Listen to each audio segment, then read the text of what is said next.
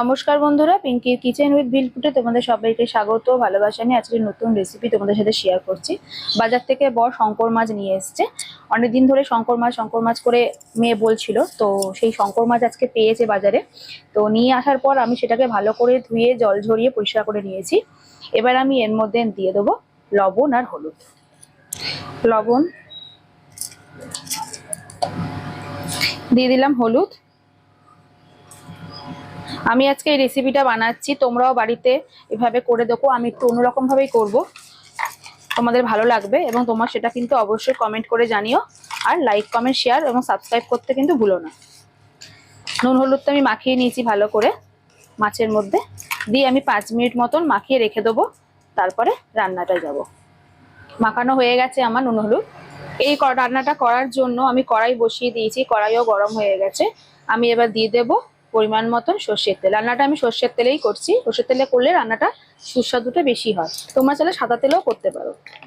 তেল গরম হয়ে গেছে, তেলে আমি এবার একটা একটা করে মাছ দিয়ে দেবো।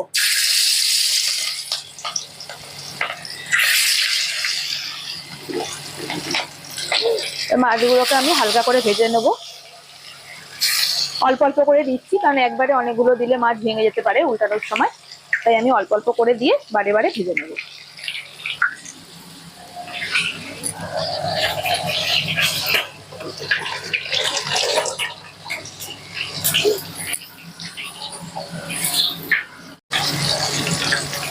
মাছের এক পিঠ ভাজা হয়ে গেছে, আমি এবার এটা উল্টে দিয়ে আরেক পিঠ ভাজতে দেবো।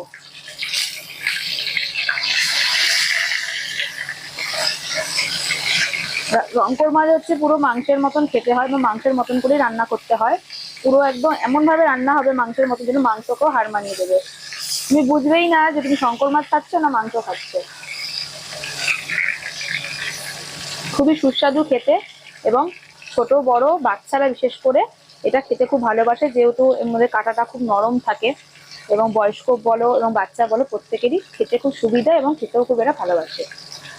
মাছগুলো ভাজা হয়ে গেছে, একটু কড়াই ভাজতে হবে শঙ্কর মাছ, হালকা কড়া, খুব কড়া না হলেও হালকা কড়া ভাজতে হবে। আমার এই মাছগুলো ভাজা হয়ে গেছে, এবার আমি খুন্তি দিয়ে তুলে নেবো পাত্রে। বাকি মাছগুলো ভেজে নেবো এইভাবে।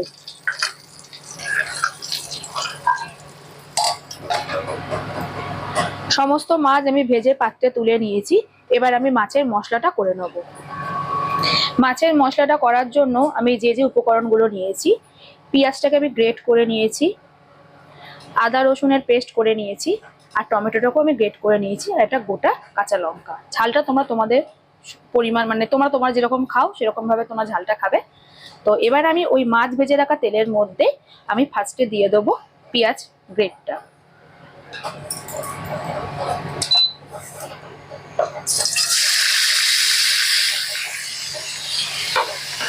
ভালো করে তেলের সাথে পেঁয়াজগুলোকে নাড়াচাড়া করে মিশিয়ে কিছুক্ষণের জন্য আমি ভাজতে দেবো। এই রান্নায় পেঁয়াজটা গ্রেট করে নিলে কি হয়, মানে মশলাটা খুব সুন্দর হয় এবং খেতেও খুব সুস্বাদু লাগে। তোমরা চাইলে কুচিও বা বাটাও করে দিতে পারো। আমি এভাবেই করি রান্নাটা, তাতে খেতে খুব ভালো লাগে। আমাদের ঘরের সবাই এটাই পছন্দ করে। পেঁয়াজটার কালার ব্রাউন হয়ে এসছে, এবার আমি এর মধ্যে দিয়ে দেবো আদা রসুনের পেস্ট।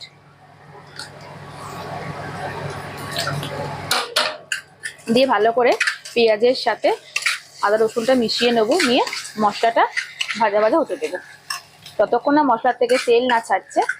নাহলে কি হবে, মশলার কাঁচা গন্ধতে রান্নাটা খেতে খুব খারাপ লাগবে এবং অন্যরকম স্বাদ হবে।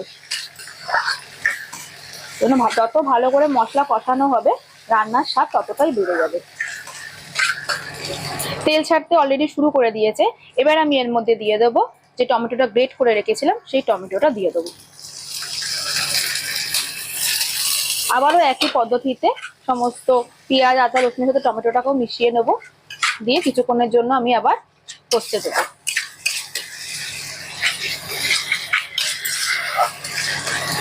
মশলাটা অনেকটাই কষানো হয়েছে, তেল ছাড়তেও দেখো অলরেডি শুরু করে দিয়েছে। এবার আমি এর মধ্যে গুঁড়ো মশলাগুলো দিয়ে দেবো এক এক করে। এই গুঁড়ো মশলাগুলো, যে যে গুঁড়ো মশলা আমি নিচ্ছি সেই গুঁড়ো মশলাগুলি হলো হলুদ গুঁড়ো,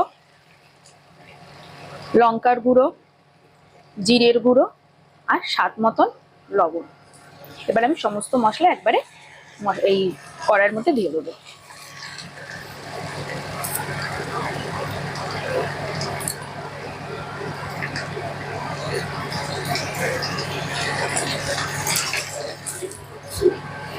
আদা রসুন বেটে বাটিটা ধোয়ার জল ছিল, সেই ধোয়ার জলটা আমি দিয়ে দেবো এর মধ্যে। দিয়ে এবার সমস্ত মশলা মিশিয়ে নিয়ে আমি এবার কষতে দেবো।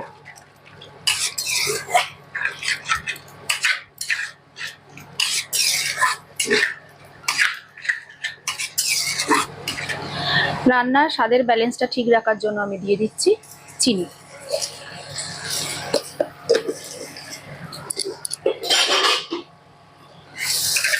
ভালো করে মিশিয়ে নিয়ে নাড়াচাড়া করে আবার কিছুক্ষণ যেন কষতে দেবো। অনেকটাই আমার মশলা কষে এসেছে। এবার আমি এর মধ্যে দিয়ে দেবো ভেজে রাখা মাছগুলো। এই রান্নায় মাছগুলোর সাথে মশলাটা একটু যদি কষিয়ে নেওয়া যায় তাহলে মাছের ভেতরে মশলাগুলো ঢুকলে স্বাদটা আরো বেড়ে যায়। মাছগুলোকে এবার মিশিয়ে নেবো আমি, সমস্ত মশলা মাছের গায়ে লাগিয়ে নেবো।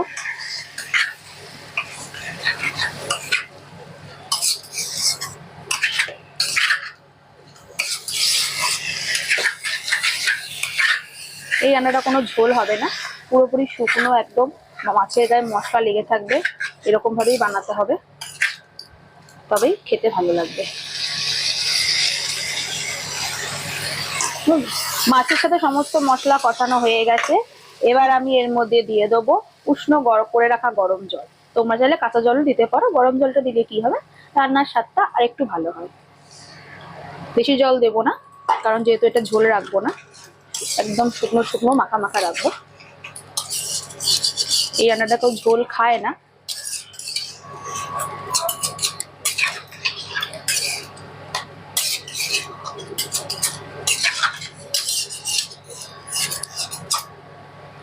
একটু শুকনো হয়ে আসলে আমি এটা নামিয়ে নেব। কিছুক্ষণের জন্য এটা আমি ফুটতে দিলাম।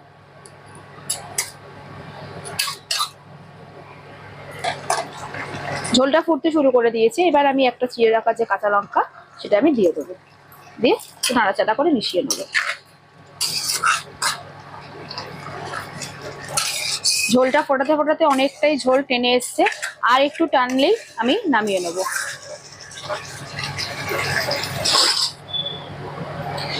শঙ্কর মাছ রান্না আমার হয়ে গেছে।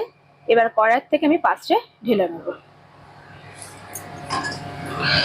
পাত্রে ঢালা হয়ে গেছে আমার মাছ, রান্না পুরোপুরি কমপ্লিট। কেমন লাগলো তোমাদের এই রেসিপিটা অবশ্যই তোমরা কমেন্ট করে জানিও, এবং তোমরাও বাড়িতে ট্রাই করো, তোমাদেরও ভালো লাগবে।